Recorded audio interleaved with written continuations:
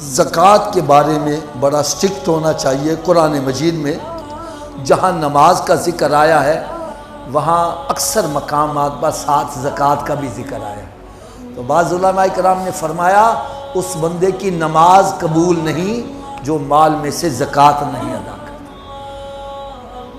तो ज़कात अदा करने के लिए मैं बड़ा एक आसान सा नुस्खा बतलाया करता हूँ। हो सके तो आप हज़रात इसको नोट कर लें या अपने दिल में नोट कर लें। सबसे पहली बात, साल में एक महीना मुकर्रर कर लो, कोई सा भी महीना, क्योंकि साल गुजरने पर ज़कात फ़र्ज होती है।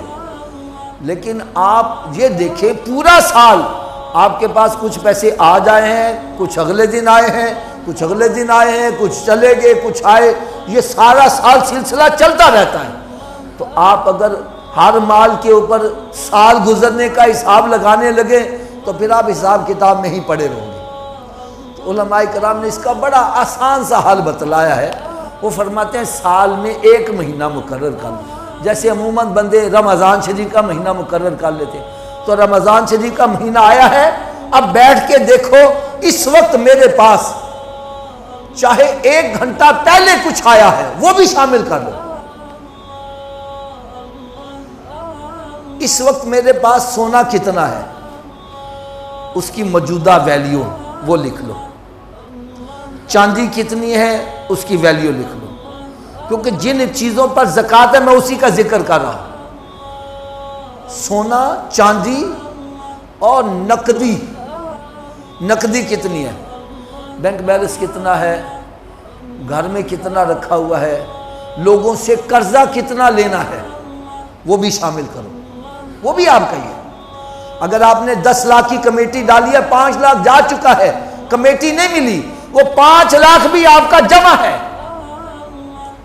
वो भी शामिल करो।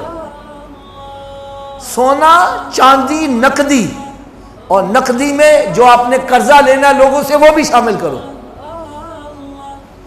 और फिर माले तिजारत, क्या मैंने कहा, अगर आपके पास दुकान है, माले तिजारत जितना भी है, गोदाम है उसमें जो माल रखा हुआ है। इसी तरह अगर आपने कोई प्लाट या मकान इस नीयत से लेके रखे हैं, जैसे बंदे कारोबार करते हैं ना, पैसे वैसे पड़े डिवैल्यूएट होते रहेंगे, चलो यार को मकान ले लेते हैं, कल को महंगा होगा तो बेच देंगे, तो ये माले तिजारत में आ जाएगा, उसकी भी वैल्यू शामिल करो। और अगर आपने वैसे प्लाट लेके रखा हुआ है कि यार चल कल को काम आ जाएगा, या लेके रेंट पे दे दिया, तो इस पे ज़कात नहीं है, वो माले तिजारत। तो आप समझते हैं कई बंदे इन्वेस्टर होते हैं जिनका काम ही होता है ये प्लाट ले लो, ये मकान ले लो, फला चीज़ ले लो, कल को महंगा होगा तो बेच देंगे। तो इस नीयत से जो माल लिया है उसकी भी वैल्यू निकाल लो। फिर सुन लो, सोना, चांदी, नकदी, नकदी में या आपने लोगों से जो कर्जा लेना वो भी ले लो, वो भी शामिल कर लो। और माले तिजारत, जो भी माले तिजारत उसकी मौजूदा वैल्यू वो आप निकाल लो। इन सब को जमा कर लो। क्या करना है, ऊंची बोलो जरा, इन सब को जमा कर लो। अगर फर्ज माल इसकी वैल्यू बनी है 50 लाख, कितनी, अब आपने ये देखना है मैंने लोगों का कर्जा देना कितना है। अगर आपने 50 लाख ही कर्ज देना या 60 लाख देना है तो आप पर ज़कात फर्ज नहीं है।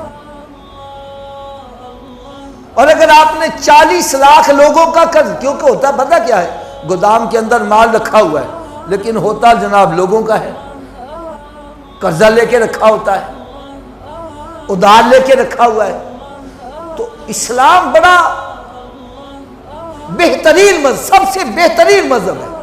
वो कहता है कि जो तुमने लोगों का कर्जा देना है वो माइनस करो। अगर आपने 40 लाख लोगों का कर्जा देना है वो माइनस करो, बाकी कितना रह जाएगा, 10 लाख। तो 10 लाख के ऊपर ज़कात है। 1 लाख के ऊपर 2,500, तो 10 लाख के ऊपर 25,000 बन जाएगी। तो ये ज़कात अल्लाह ताला के रास्ते में खर्च करनी है और कोशिश ये करनी है सबसे अफजल अपने ख़ानदान में देखो जो मुस्तहिक है उसको ज़कात दिया जाए। और ख़ानदान में किन को नहीं देनी, जो तुम्हारी जायदाद के वारिस हैं उनको नहीं देनी। मसलन बाप बेटी को नहीं दे सकता, बेटे को नहीं दे सकता, बाप को नहीं दे सकता। हाँ, भाई को आप दे सकते हैं, बहन को दे सकते हैं, और अपने जो आपके रिश्तेदार हैं इनको आप, जो आपकी जायदाद के हिस्सेदार नहीं है, अगर वो मुस्तहिक है तो उसको जायदाद में से हिस्सा दे दो, नहीं समझे। भाई बहन को दे सकता है। तो ज़कात जो है इसको कोशिश करो, जो अगर एक बंदे की 20,000 रुपया ज़कात बनती है, अगर वो 19,000 भी देता है तो ज़कात कबूल नहीं है।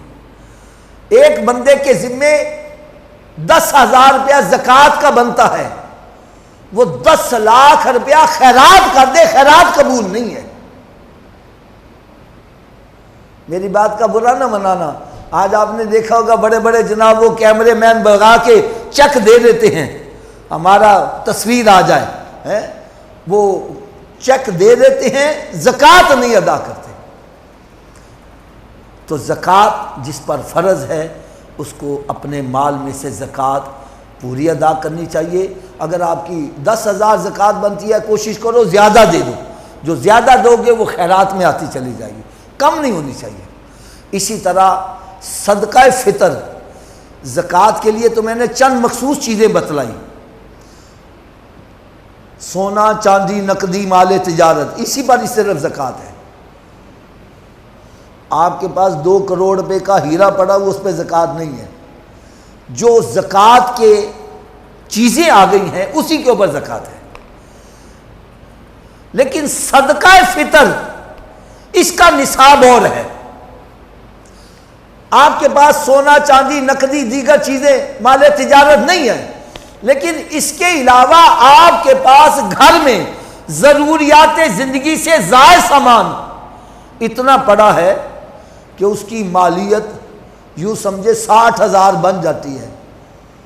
तो आप भी साहिब हैसियत हो, आप पर सदका फ़ितर भी वाजिब आएगा और कुर्बानी भी वाजिब आएगी। अब ज़रूरियात ज़िंदगी से ज़ायद क्या चीज़ें हैं? बंदे के 2-3 सूट जो होते हैं वो ज़रूरियात ज़िंदगी के मुताबिक होते हैं। अब इससे ज़ायद जो हमारे ट्रंक भरे हुए हैं, एक एक सूट 50-50 हज़ार रुपये का है, वो ज़रूरियात ज़िंदगी से ज़ायद है। इसी तरह सवारी एक ज़रूरियात ज़िंदगी के मुताबिक, अगर एक बंदे के पास 2-3 हैं तो वो भी ज़रूरियात ज़िंदगी से ज़ायद है।